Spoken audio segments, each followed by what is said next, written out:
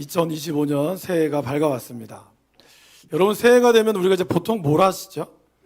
작심삼일이라고 해서 어쨌든 계획을 세우시거나 아마 예배를 드리시고 나서 혹시 해맞이를 가지시는 분도 계실 것이고, 저도 예전에 울산에 있을 때 해운대까지 우리 중고등부 아이들 데리고 온 적이 있거든요. 그때 한 3시간 정도 걸리더라고요. 서울에서 지금 내려오는 분도 있습니다. 근데 사실 지금 내려오면 좀 늦어요, 그죠? 보통 때는 한 4-5시간이면 오는 거리를 이제 해맞이를 맞이하면 시간이 늦는다는 거죠. 근데 여러분 어떻습니까? 1월 1일의 해는 다릅니까? 다르지 않습니다. 1월 1일의 해라고 해서 뭐 더 극적이거나 아니면 뭐 다른 때보다 훨씬 더 밝은 것도 아닙니다. 그럼에도 불구하고 우리는 왜 굳이 1월 1일 날 해맞이를 보러 가야 될까요? 놀라운 사실은 어떻습니까? 1월 2일이 되잖아요. 그럼 아무도 해맞이를 보러 가지 않습니다.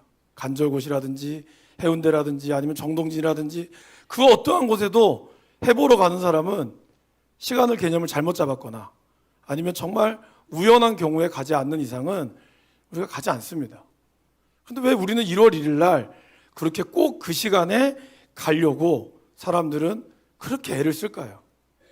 그것은 바로 우리가 가지고 있는 시간적인 개념의 차이 때문이다라는 것입니다. 어거스틴은 시간에 대해서 두 가지, 고대 로마와 그리스에서는 어거스틴을 중심으로 해서 시간에 대한 개념이 두 가지가 있었습니다. 첫 번째 개념은 바로 크로노스라고 하는 시간 개념이죠. 이건 한마디로 얘기하면 객관적인 시간을 얘기합니다. 일반적으로 우리가 흘러가는 시간을 이야기하는 거죠. 그래서 크로노스의 개념을 따라서 보면 어제의 해나 오늘의 해는 다를 바가 없어요. 그러게 인생 뭐 있어? 다 똑같은 거지 라고 시간의 개념을 두고 있습니다. 그렇죠? 아까 말씀드렸듯이 오늘 1월 1일의 해와 1월 2일의 해 크기가 차이가 나지 않습니다. 똑같다는 거죠. 그리고 그러한 시간적 개념을 우리는 크로노스라고 얘기합니다. 근데 또 하나의 시간 개념이 있어요. 그것을 우리는 카이로스라고 얘기합니다. 카이로스는 모든 시간들이 지나가는 시간에 자기만의 의미를 부여하고 있는 거죠. 그래서 똑같은 이런 시간들 가운데서도 아마 여러분들도 이 예배를 사모하는 마음으로 이 예배의 시간에 의미를 부여한 분이라면 이 1시간 내지 1시간 반의 시간이 후딱 지나갈 겁니다. 그런데 이 시간을 마지못해 끌려왔다면, 그런 것에 여러분 의미를 부여했다면 시간이 조금만 길어지면 지루하고 3시간, 4시간 흘러가는 그 느낌을 받으실 겁니다. 그러니까 분명히 24시간 이런 모든 시간의 개념, 1400, 400분 이런 시간의 개념은 똑같음에도 불구하고 어떤 사람에게 시간은 정말 1분처럼 후딱 지나가는 경우도 있고 어떤 분에게 시간은 3시간, 4시간이 돼도 끝나지 않는 것처럼 보여준다는 거죠. 그것이 바로 카이로스라는 시간의 개념을 가지고 있기 때문이다라는 것입니다. 그래서 크로노스라고 하는 시간 개념을 가지고 있는 것은 하나님께서 우리 모두에게 주시는 일반 은총을 뜻해요. 그러니까 하나님은 믿는 사람이나 믿지 않는 사람이나 똑같이 24시간, 365일이라고 하는 시간을 다 주셨습니다. 이것이 하나님이 주시는 일반 은총이죠. 그런데 카이로스는 나의 선택과 결단에 따라서 이 시간을 사용할 수 있는 특별 은총이라고 볼 수 있습니다. 그래서 사람들은 1월 1일 날 굳이 해맞이를 가면서 내 나름대로의 의미를 부여하는 것은 바로 똑같이 흘러가는 크로노스의 시간 속에 나만의 의미를 부여하는 카이로스의 시간이 있기 때문이다라는 것입니다. 그러기에 여러분, 우리에게 모두 다 주어지는 시간이 똑같음에도 불구하고 우리는 이 카이로스의 시간을 잘 잡아야 한다는 것입니다. 크로노스는 무한정으로 흘러갈 것 같지만 무한정이지 않다는 거예요.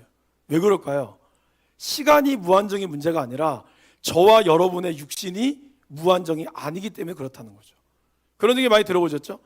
뭐 30대는 30km, 40대는 40km, 70대는 70km.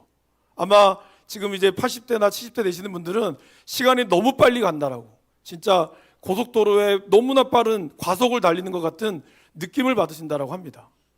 분명히 시간은 똑같음에도 불구하고 왜 각자가 나이에 따라서 시간이 달라질까요?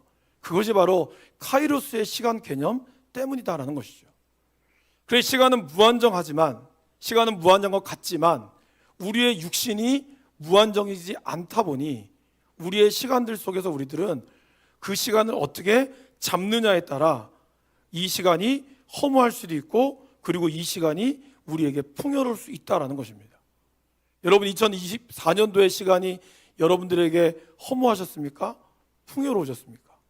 분명히 우리에게 주어진 시간은 똑같음에도 불구하고 어떤 분은 2024년도가 너무 허무했고 어떤 분에게는 너무 알찰 수 있다는 거죠. 그거는 시간이 우리에게 주시는 그러한 축복과 저주가 아닙니다. 그 시간에 따라 내가 어떻게 의미를 부여하고 어떤 시간을 보내느냐에 따라 그 시간에 대한 개념이 달라졌다는 것입니다. 예수님께서는 33년의 시간을 보내셨습니다. 그 시간을 우리는 그냥 크로노스의 시간이죠. 우리랑 똑같이 태어나셔서 그리고 33년이라는 시간 속에 주님은 갔습니다. 근데 그 중에서 이 나머지 3년, 30살에서 보냈던 나머지 3년의 시간을 주님은 그냥 보내지 않고 그 시간 속에 카이로스의 시간을 만드셨다라는 것이죠. 지도를 함께 보실까요? 예수님이 활동했던 이 지도를 보시면 갈릴리와 사마리아, 유대, 그리고 이제 주로 위에 가보나움부터 예루살렘까지 이 거리가 약 200km 정도 됩니다. 200km라면 부산에서 대구까지의 거리이기도 하고 부산에서 설악산까지 거리라고 하더라고요. 이 거리를 주님은 3년 동안 왔다 갔다 하신 거예요. 그런데 직선거리로 저기가 193km지만 정확하게는 사마리아는 사람들이 이 우범지대라 그래서 지나가지 않았어요. 부정타는 지역이었죠. 그러니까 예수님은 실제로는 사마리아를 지나가기도 하셨지만 그 옆에 베레아와 그 모든 지역을 이렇게 돌아다니시면서 예수님은 시간들을 보내셨습니다. 그래서 중간에 여러 가지 많은 실제로 더 먼 거리들로 주님은 사역을 하셨습니다. 예수님의 시간들을 가만히 보면 어땠죠? 수많은 사람들의 요청 속에, 또 반대하는 이들의 도전 속에, 그러면서도 감당해야 될 많은 사역의 상황 속에 놓여 있었습니다. 그래서 어떻게 보면 예수님의 시간은 쫓기듯이 흘러갔어요. 병 고쳐달라고 그러면은 병을 고쳐줘야 됐죠. 또 반대하는 사람들이 예수님 와가지고 막 시비를 걸었잖아요. 그런 가운데 예수님은 3년을 정신없이 보냈습니다. 아마 저와 여러분들도 올해 2025년도에도 나의 시간보다는 아마 다른 여러 가지 많은 쫓기는 삶 속에서 우리가 시간을 보낼 수 있습니다. 그러다 보면 우리의 시간이 허무하게 보인다는 거죠. 내가 하고 싶은 건 하나도 못하고 나는 그렇게 마무리했다, 그렇게 보낼 수 있다는 거예요. 그런데 예수님께서는 그렇게 쫓기듯이 보낸 것 같았지만, 그러나 분명히 주님은 본인이 해야 할 일을 정확하게 감당하시고 아셨습니다. 마가복음 1장 38절 말씀을 우리 다 같이 한번 읽어보겠습니다. 이르시되 우리가 다른 가까운 마을들로 가자. 거기서도 전도하리니 내가 이를 위하여 왔노라.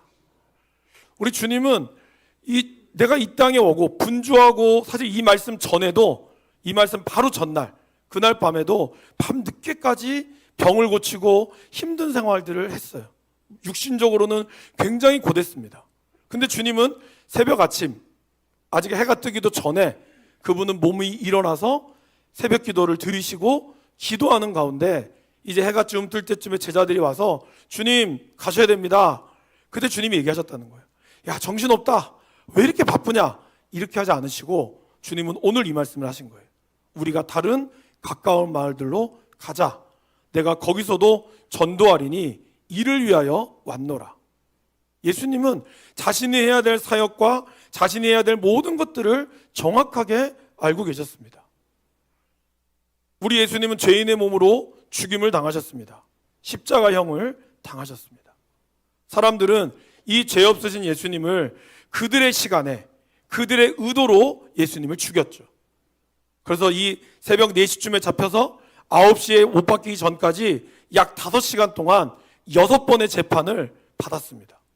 그런 가운데 예수님을 어떻게 하든지 십자가형을 처하게 하려고 처음에는 제사장들로 3번을 재판을 받게 했고, 나머지 3번은 정치범으로 몰아서 빌라도와 헤롯과 마지막 빌라도의 판결을 이끌어냈습니다. 마치 그들의 시간 속에 예수님을 가뒀다는 것이죠. 예수님을 죽이기 위하여 그들은 계획했고 모략했고, 그래서 그들의 시간 속에 예수님을 십자가에 못 박았습니다. 그래서 예수님은 마지막 그 죽음 가운데서 마치 자기네 시간을, 예수님이 이 땅에 오신 그 시간을 빼앗긴 것처럼 보였습니다. 그러나 여러분, 예수님의 시간은 인간의 시간과 계획을 뛰어넘으셨습니다. 분명히 예수님은 죽으셨으나 3일 만에 부활하셔서 다시 하나님의 시간으로 회복하셨다는 것입니다. 그러게 여러분, 예수님은 우리에게 다시 한번 사도행전 1장 8절에서 우리에게 하나님의 명령을, 지상명령을 전하시며 그분은 승천하셨습니다. 그리고 주님을 만난 자들, 예수님을 만난 자들은 바로 이러한 하나님의 시간에 움직이게 되었다는 것입니다. 자신의 시간에 빠져서 그 시간들을 헛되이 보내지 않았다는 것입니다. 예수님을 만난 사람들은, 예수님을 내 구주로 고백하며 그분의 제자된 삶을 사는 사람들은 하나님의 시간으로 자신의 삶의 방향을 정했다라는 것입니다. 여러분, 이것이 되게 중요한 거죠. 그리고 그 대표적인 사람이 바로 사도 바울이었습니다. 오늘 우리가 읽은 이 에베소서, 바울은 이 에베소 교회에서 2년 동안 하루에 5시간씩 말씀을 가르치셨습니다. 그리고 그 말씀을 들은 사람들이 진리를 깨닫고 에베소의 도서관에 있는 어마어마한 책들, 특별히 마술책, 이 마술책을 다 불태웠습니다. 그 값이 사도행전에는 무려 은 5만이 되었다라고 얘기하고 있습니다. 이 은 5만이면 어느 정도인지 아십니까? 지금으로 치면 약 500만 달러라고 합니다. 그리고 그것을 우리나라 돈으로 환산하면 73억 정도 됩니다. 여러분, 그 어마어마한 돈을 아마 여러분들이 하면 그 돈 아까워서라도 못 태우겠죠? 근데 그것을 그들은 기꺼이 태웠다는 거예요. 왜요? 여태까지 진리를 모르며 그 책에 매몰되며 그것으로 돈벌이 했는지는 모르지만 진짜 하나님의 진리를 아는 순간 자기에게 있어서 73억이라고 하는 거는 아무런 의미가 없다는 것을 알았다는 거예요. 여러분, 우리가 하나님의 시간에 매몰된다, 하나님의 시간에 빠지게 되면 이 땅에서 주어지는 수많은 돈을 벌 수 있는 기회의 시간들이 아무것도 아니라는 것을 알게 된다는 거예요. 그래서 그 시간마저 오히려 하나님이 주시는 시간이기 때문에 기꺼이 버릴 수 있는 용기가 있었다는 것이죠. 그러면서 사도행전 19장 19절에서 20절은 이 말씀에 대해서 이렇게 기록하고 있습니다. 우리 같이 한번 읽어보겠습니다. 또 마술을 행하던 많은 사람이 그 책을 모아가지고 와서 모든 사람 앞에서 불사르니 그 책값을 계산한 즉 은 5만이나 되더라. 이와 같이 주의 말씀이 힘이 있어 흥왕하여 세력을 얻으니라. 무슨 말일까요, 여러분? 이제 다시 한번 에베소 교회, 초대교회에 어마어마한 부흥의 물결이 일어나기 시작했다는 거예요. 누구를 통해서요? 사도 바울을 통해서. 사도 바울은 이제 여기서 남은 시간을 보내도 됐습니다. 그에게 남아있는 이 에베소 교회 성도들을 정말 말씀을 가지고 잘 양육하면, 바울이 아마 더 있었더라면 에베소 교회는 더욱더 부흥했을지도 모릅니다. 그러나 여기서 바울은 자신의 시간보다 하나님의 시간을 쫓았다는 거죠. 이 다음 구절이 이렇게 나옵니다.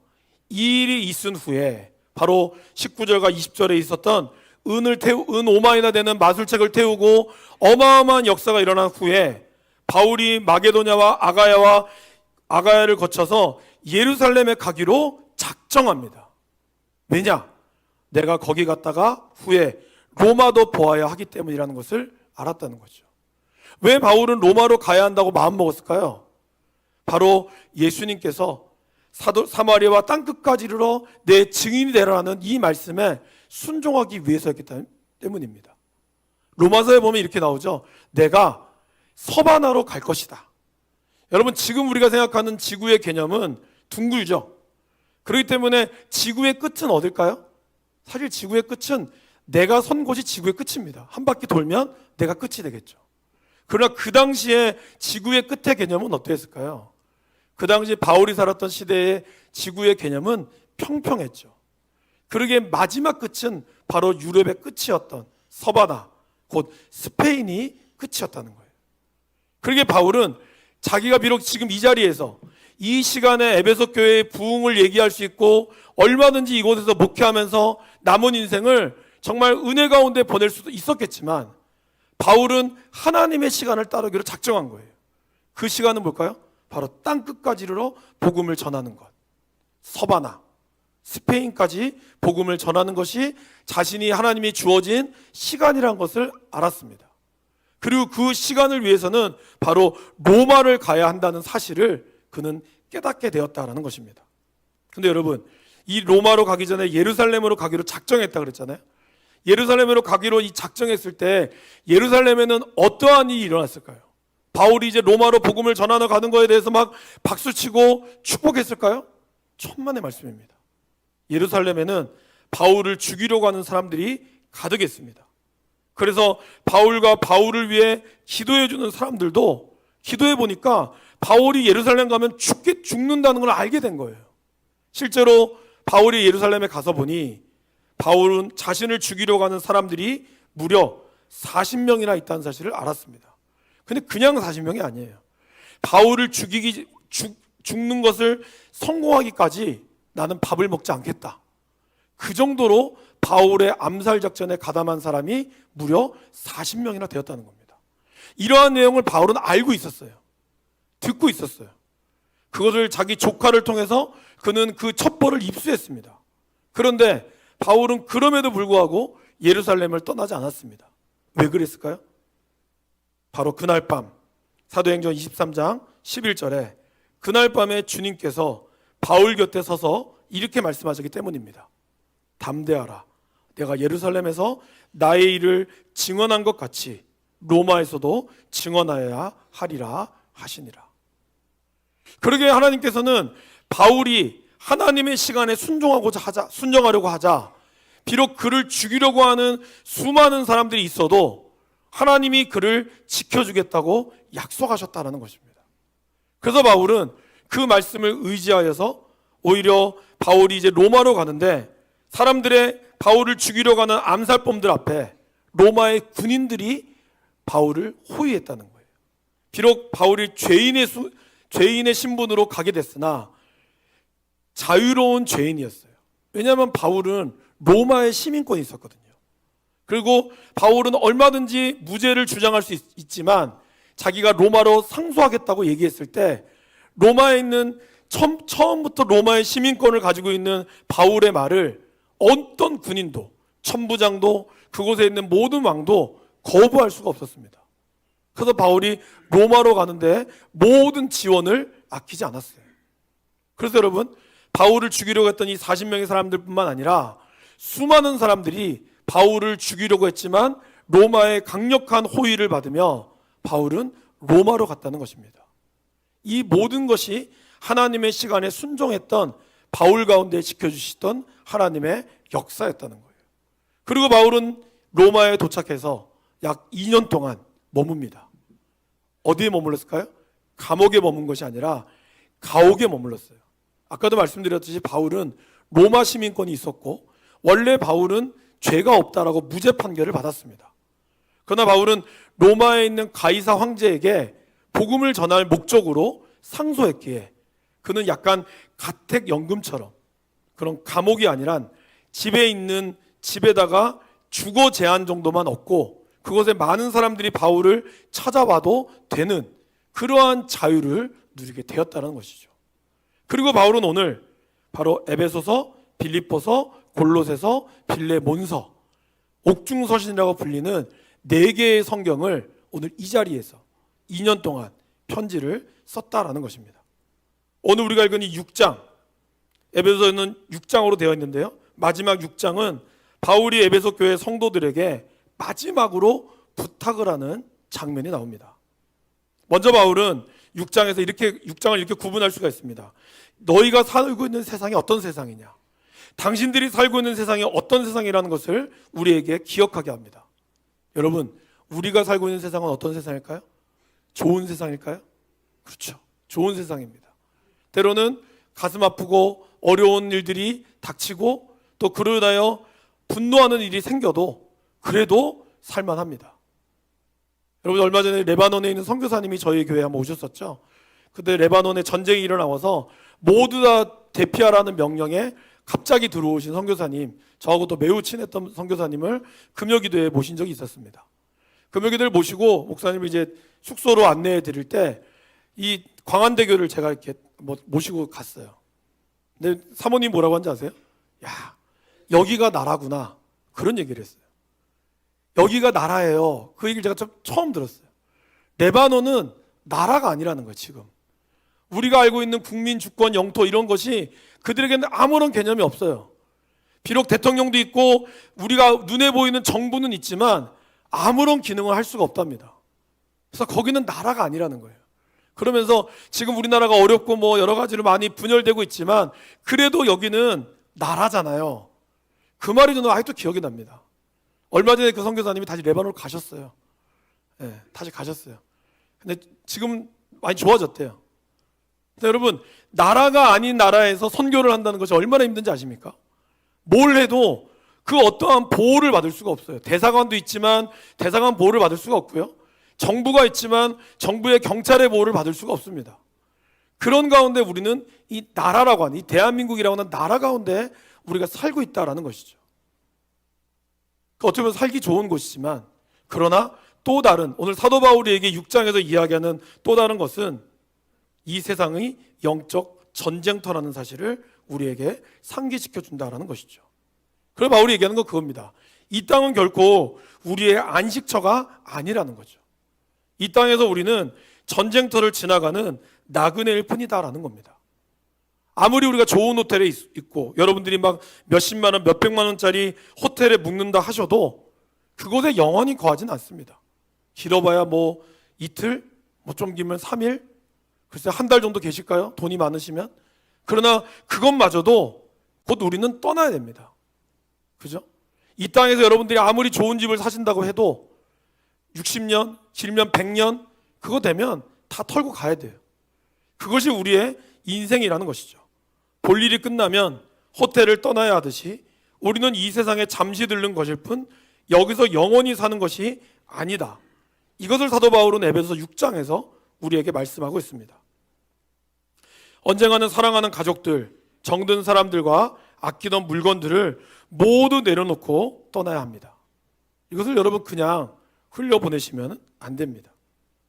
이 시간들 속에서 우리가 누구랑 싸우는지, 또 이 싸움에서 어떻게 이기는지, 그리고 이기는 방법이 어떤 것인지, 그리고 마지막으로 우리 주님께서 이 땅에 오신 목적이 전도였듯이 우리도 이 땅에서 마지막 우리가 해야 될 것이 무엇인지를 사도 바울은 우리에게 가르쳐주고 있다라는 것입니다. 바울은 자신이 지금 감옥에 있는 것도 당연히 해야 할 말을 담대히 전하기에 왔음을 밝힙니다. 우리 20절 말씀을 다시 한번 읽어볼까요? 내가 이 일을 위하여 내가 쇠사슬에 매인 사신이 된 것은 나로 이 일에 당연히 할 말을 담대히 하게 하려 하심이라. 바울은 뭐라고 얘기하고 있습니까? 당연히 해야 될 말을 했다고 얘기하고 있어요. 여기서 당연하다는 말은 신적 당위성을 뜻합니다. 그러니까 이 말은 무슨 말일까요? 내가 하고 싶어서 하는 것도 되겠지만 하기 싫어도 내가 해야 되는 말을 한다는 거예요. 하기 싫어도 나에게 주어진 사명이 있기 때문에 내가 감당해야 된다는 것을 이야기합니다. 그는 로마 시민권으로 감옥에 가도 되지 않아도 되는 그러한 상황이었으나 로마 황제에게 복음을 전하기 위해서 왔습니다. 그래서 그가 마땅히 할 말, 그가 당연히 할 말은 자신의 무죄를 입증하기 위함이 아니라 복음을 전하기 위해서 왔다라는 겁니다. 근데 이 일이 결코 쉽지가 않았다는 거예요. 그래서 바울은 18절에 기도하라고, 그리고 나를 위하여 기도해달라고 얘기합니다. 여러분, 우리가 이 땅 가운데 당연히 해야 할 말, 그리고 당연히 감당해야 될 우리의 사명과 우리의 목적이 있는데 그것을 우리가 온전히 감당하려면 우리에게 기도가 필요하다는 거예요. 모든 일에 기도와 간구가 필요하다라는 것입니다. 사랑하는 여러분, 우리는 이 땅에서 많은 단어를 이야기합니다. 사람들이 직업에 따라 다르지만 약 7천여 개에서 2만여 개, 여자분들은 좀 더 많이 3만여 개의 단어를 하루에 말한다고 합니다. 근데 그 중에서 여러분, 꼭 필요한 말은 얼마나 될까요? 여러분들이 말씀하시는 그 단어 중에서 정말 필요한 말들은 얼마나 될까요? 톨스토이가 말하지 않아서 후회하는 일이 한 번이라면, 말하지 않아서 후회하는 일이 한 번이라면 말을 해서 후회하는 일은 100번이라고 말을 했습니다. 그러니까 차라리 내가 말하지 않아서 이걸 이야기할 걸 했다 하는 말이 후회가 한 번 정도라면 말해서 후회하는 말은 100번이 넘는다는 거예요. 그만큼 우리는 많은 말을 쏟아내지만 그 말 가운데는 불필요한 말들이 너무 많고, 지나고 나서 여러분들이 아유, 이 입이 방정이지, 괜히 얘기했다 하는 말들이 더 많다는 거죠. 문제는 그렇게 많은 말을 하면서도, 그리고 그 말들 중에는 주워 담을 수 없기 때문에 그 말들의 대부분은 사람들에게 상처를 주고 서로를 미워하고 분열하게 하는 말들이 너무 많다는 겁니다. 오늘 사도 바울은 마땅히 해야 할 말을 하도록 기도해달라고 그랬어요. 오늘 2025년도를 맞이하는 저와 여러분들, 우리의 말들 중에서 사람을 살리는 말, 그리고 당연히 우리에게 해야 할 말을 할 수 있기를 간절히 바랍니다. 마땅히 해야 할 말을 하고 필요 없는 말은 침묵하는 지혜가 필요합니다. 그렇다면 우리 믿는 사람에게 있어서 마땅히 해야 할 말은 무엇일까요? 그것은 바로 예수 그리스도의 복음이다라는 겁니다. 내가 믿은 예수님, 내가 만난 그 예수님을 우리가 전할 수 있어야 한다는 것이죠. 여러분들이 아는 7천여 개에서 3만여 개 단어 중에 그 안에 여러분 예수 그리스도가 몇 번이 들어가 있습니까? 하루에 몇 번 여러분들은 그리스도의 복음과 십자가를 이야기하십니까? 마땅히 우리가 해야 될 말을 해야 됨에도 불구하고 우리는 마땅히 해야 될 말보다 굳이 하지 않아도 될 말들을 우리는 쏟아놓고 있다는 것이죠. 그러기에 우리들은 그러한 불필요한 피로감 가운데 살아가고 있다는 거예요. 문제는 그 말을 우리를 통하여 들어야 될 말, 우리를 통하여 듣길 원하는 그 말들을 듣지 못함으로 인하여 많은 사람들이 영원히 죽어가고 있다는 겁니다. 우리도 죽어가고 있다는 거예요. 믿는 사람들에게 들어야 될 말, 뭘까요? 바로 살아계신 예수 그리스도라는 것이죠. 그 예수 그리스도의 죽으심과 부활하심, 그것을 우리는 전해야 한다는 거예요. 그 말을 우리가 놓치면, 마땅히 해야 할 말을 하지 못하면 우리는 하나님 앞에 섰을 때 하나님 우리에게 물으신다는 거죠. 마땅히 해야 할 말을 왜 하지 않았니? 수업을 할 때 우리 선생님들을 그렇잖아요. 시험에 꼭 필요한 말을 해야 합니다. 근데 자기 말 하다가 시험에 필요한 말을 놓쳐서 이 아이들이 점수를 제대로 받지 못하면 그 책임은 누구한테 있을까요? 선생님한테 있는 거죠. 시간이 가까울수록, 그죠? 시험이 가까울수록 필요한 말들만 합니다. 왜 보면 이제 수능이라든지 아니면 시험에 가까우면 마지막 나오는 게 뭐예요? 쪽집게 과외처럼 불필요한 말을 다 빼고 시험에 나오는 말만 딱딱딱 집중해서 하잖아요. 그것만 외우라고 선생님들이 얘기합니다. 그죠? 마찬가지로 오늘 우리에게 있어서 정말 수많은 말들이 저와 여러분들 속에 들려지고 보여집니다. 유튜브를 통해서든지 아니면 많은 TV를 통해서 여러분들이 즐겨보는 뭘 통해서 수많은 언어들이 우리의 귀를 피곤하게 하고 우리의 눈을 피곤하게 해요. 문제는 뭘까요? 그것 중에서 쓸데 있는 거는 별로 없다는 거예요. 다 여러분들을 그냥 피곤하게 만들고 그냥 쓸데없는 것에 웃음을 쏟게 만드는, 어떻게 보면 그런 이 쓰레기와 같은 수많은 영상과 쓰레기와 같은 수많은 것들을 우리는 허비하며 시간들을 보내고 있다는 겁니다. 그런 수많은 크로노스의 시간들을 우리는 무의미하게 허무하게 보낸다는 거예요.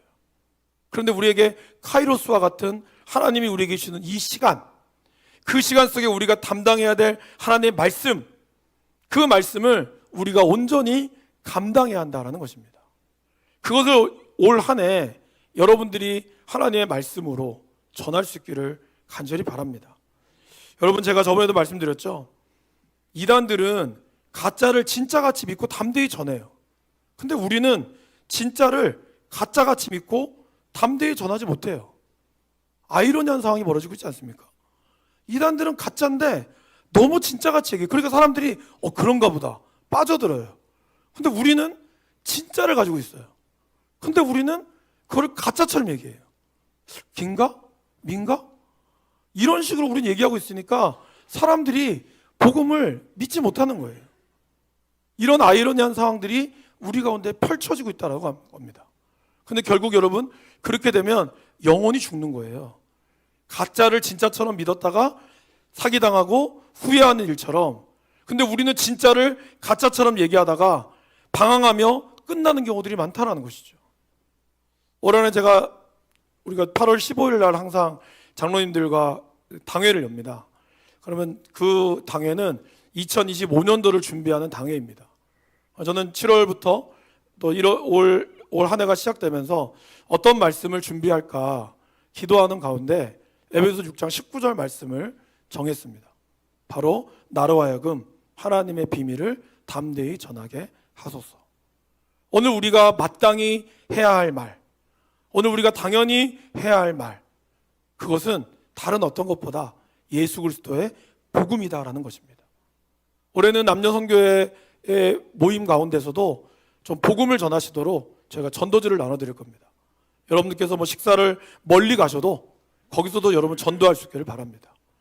중요한 것은 그들이 우리 교회에 오는 게 중요한 게 아니라 살아계신 하나님을, 내가 믿는 하나님을 우리가 전해야 한다는 것이죠. 어디에 있든지 간에 우리가 그리스도라고 하는 정체성을 놓치면 안 된다는 거예요. 캄보디아 선교를 가기 때문에 거기서만 전도하는 것이 아닙니다.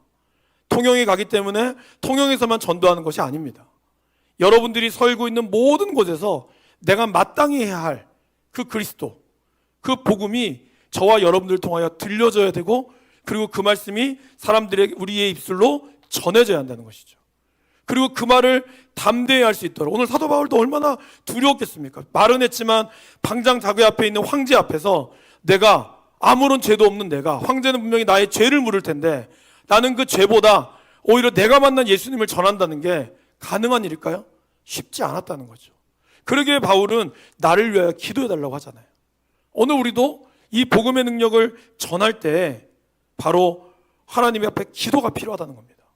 말씀의 은혜가 필요하고 내가 만난 하나님을 사모하는 마음이 있을 때 하나님은 우리 가운데 이 복음의 역사를 전할 수 있도록 허락하신다라는 것입니다.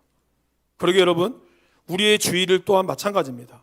습관적으로 오는 크로노스의 주일이 아니라 하나님을 만나기를 사모하고 예배하기를 사모하는 카이로스의 주일이 될 때, 그때 우리는 진짜 주님의 음성을 매일매일 매주 살아계신 하나님의 음성을 저와 여러분들이 듣게 되는 것입니다. 수많은 사람들이 예수님의 옷자락을 만졌지만 누가 그 병이 낫죠? 혈루병 걸린 여인. 예수님의 옷자락만 만져도 내가 낫겠다. 그 믿음. 수많은 사람들이 그 예수님과 동일한 시간대에 살았습니다. 수많은 사람들이 예수님의 동시대에 살면서 예수님을 만졌어요. 육신으로 오신 예수님을 만졌어요. 그러나 어느 누구도 자신의 인생의 문제를 해결하지 못했습니다. 그런데 그 예수님의 옷자락을 만지기만 해도 나을 거라고 믿었던 한 여인, 그 여인에게는 똑같은 동시대 속에서 그만이 하나님을 만날 수 있는 시간이 있었다는 거예요. 우리는 주님을 보여달라고 얘기하죠. 그러나 여러분, 주님은 늘 우리 옆에 있습니다. 중요한 것은 그 주님을 내가 간절히 사모하고 있는가, 그 주님을 만나기 위해서 나의 시간을, 카이로스의 시간을 내가 정하고 그 시간을 내가 하나님 앞에 붙잡고 있느냐, 그거에 따라 이 시간이 그냥 흘러 지나가는, 스쳐 지나가는 무의미한 시간이 될 것인가, 아니면 여러분에게 역사하는 카이로스의 시간이 될 것인가, 그것이 오늘 우리 앞에 담겨져 있다라는 것입니다. 그래서 사랑하는 여러분, 2025년도에 여러분에게 주어진 이 시간을 의미 없이 보내지 않기를 바랍니다. 여러분들에게 주어진 학업이면 학업, 여러분들에게 주어지면 결혼이면 결혼, 가정생활이면 가정생활, 아니면 직장이면 직장, 그 모든 시간 속에 하나님이 여러분과 함께 한다는 것을 믿으시기를 바랍니다. 그리고 그 시간 속에서 하나님을 간절히 찾을 때 하나님이 여러분에게 지혜와 명철을 주실 겁니다. 그리고 그 시간 속에서 여러분을 통하여 하나님의 역사가 일어나게 될 것입니다. 그 카이로스의 은혜가 우리 모두에게 있기를 간절히 축원합니다.